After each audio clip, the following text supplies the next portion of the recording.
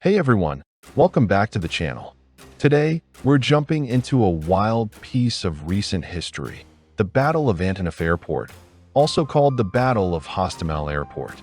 This was a major military clash that kicked off on February 24th, 2022, right at the start of the Russian invasion of Ukraine. It happened at the Antonov Airport in Hostomel, a town in Kyiv Oblast, just northwest of Ukraine's capital, Kyiv. This fight was part of the broader Kyiv offensive, and it's a story of high stakes, bold moves, and an unexpected twist that shaped the early days of the war. So, let's dive in and break it all down. First, let's get our bearings. The Antonov Airport, sometimes just called Hostomel Airport, is a big deal. It's an international cargo hub owned by the Antonov State Enterprise, a Ukrainian company famous for building massive planes.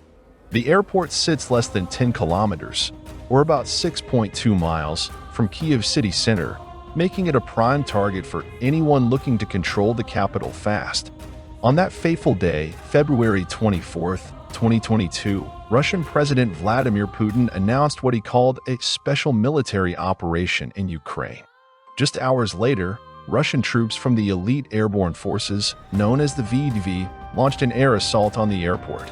Their mission? Capture it quick, turn it into an air bridge, and flood Kyiv with troops and gear to threaten the Ukrainian government directly. Picture this. Early morning, the sky buzzing with helicopters, some reports say between 20 and 34 of them, dropping Russian paratroopers right onto the tarmac. The goal was ambitious: secure the airport, land more forces with big transport planes, and roll into Kyiv to force a swift end to the conflict. The Russians figured they'd catch Ukraine off guard and wrap things up in days. But here's where it gets interesting. Ukraine wasn't about to let that happen without a fight. The Ukrainian military, including units like the 4th Rapid Reaction Brigade of the National Guard, hit back hard. They surrounded the Russian troops, cut them off, and pushed them out by the evening.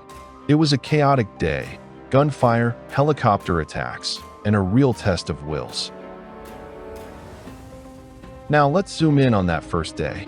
The Russian VDV landed with a force that some estimate at around 200 to 300 paratroopers, backed by helicopter gunships like Mi-8s and Ka-52s. They took the airport initially after about 3 hours of fighting, with support from heavy airstrikes. Ukrainian forces reported downing at least 3 Russian helicopters that day, showing they weren't backing down. But the Ukrainians didn't stop there. They launched a counterattack, encircling the unsupported Russian troops. By nightfall, the surviving paratroopers were forced to retreat into nearby forests. The 4th Brigade even posted a photo on social media of their soldiers waving a bullet-riddled Ukrainian flag, celebrating the pushback. It was a gritty, determined stand that threw a wrench into Russia's plans. But the story doesn't end there. On February 25th, the Russians came back with a vengeance. This time, they combined another air assault by the VDV with a ground push from mechanized forces moving south from Belarus. These troops broke through Ukrainian defenses at Ivankiv, a town about 50 kilometers north, and rolled into Hostomel with tanks and armored vehicles. Some reports claim this operation involved up to 200 helicopters, a massive show of force. Despite ambushes along the way, the Russians took the airport for good this time. They set up checkpoints in Hostomel and dug in. But here's the catch. The Ukrainians had fought so fiercely that the airfield was trashed, runways damaged, facilities wrecked. It couldn't be used as the air bridge Russia had banked on.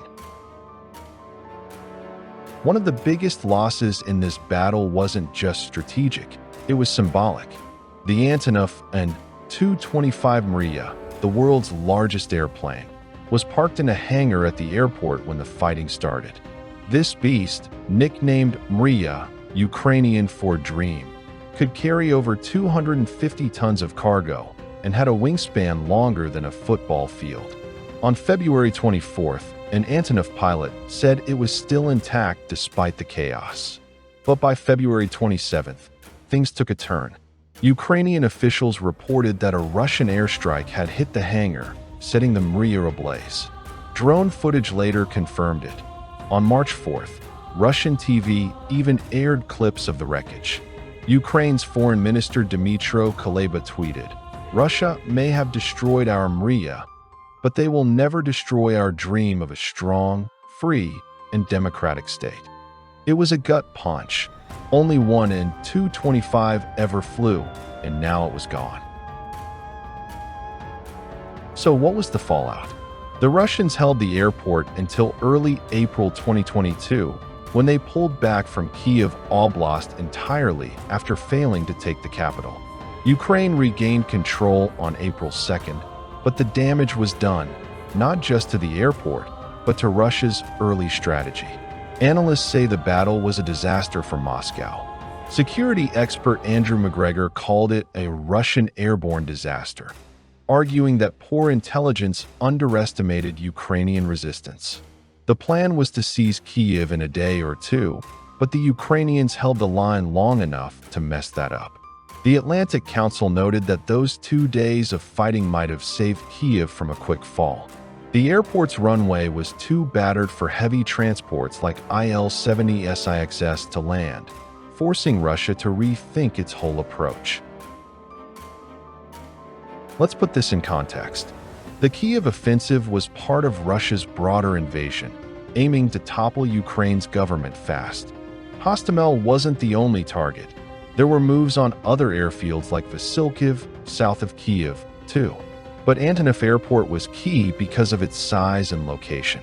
Russia's VDV are elite paratroopers, trained for rapid strikes like this, with a history going back to Soviet operations in Afghanistan and Chechnya.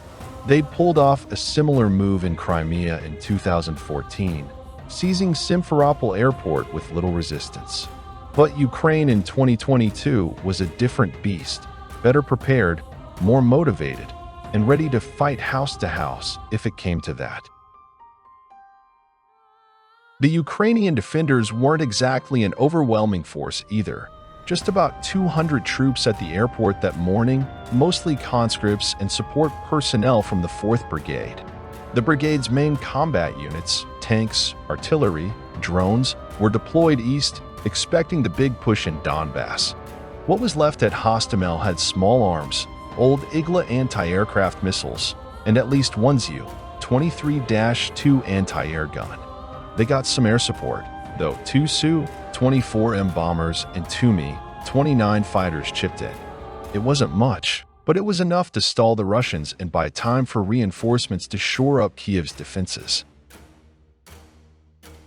This battle's been compared to other military gambles, like Operation Market Garden in World War II, where Allied paratroopers grabbed key bridges but couldn't hold them against a stronger counterattack. Researcher Jeremy Kofsky from the U.S. Military Academy pointed out the similarity. Both started with a successful drop, but bad planning and fierce resistance flipped the script. For Russia, Hostomel was supposed to be a knockout blow, but it turned into a bloody nose. Journalist Andreas Rusch even argued it shattered the myth of the VDV's invincibility, a reputation hyped up by Russian propaganda for years. What about the bigger picture? The Battle of Antonov Airport was the first major clash of the war, lasting less than 36 hours but setting the tone. Russia's high-risk strategy echoed past operations, like the 1968 invasion of Czechoslovakia or the 1999 grab of Pristina Airport in Kosovo. The idea is always the same: land fast, secure a foothold, overwhelm the enemy before they can react. But in Kyiv, it flopped. The Ukrainians didn't collapse politically, and their scrappy defense kept Russia from landing the follow-up forces needed to storm the capital. Instead, the war bogged down into a grinding slog. Hostomel itself saw more fighting after the airport fell. Russian ground troops pushed into the town, clashing with Ukrainian forces in the streets. Videos showed burning tank columns and airstrikes lighting up residential areas. Locals reported constant shelling, cutting off water, power, and food.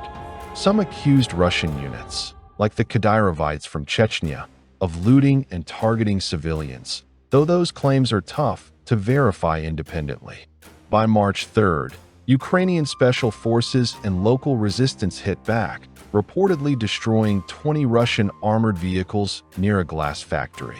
A week later, they retook parts of the town, leaving behind wrecked Russian gear and a major general's body, Andrei Sukovetsky, reportedly killed by a Ukrainian sniper.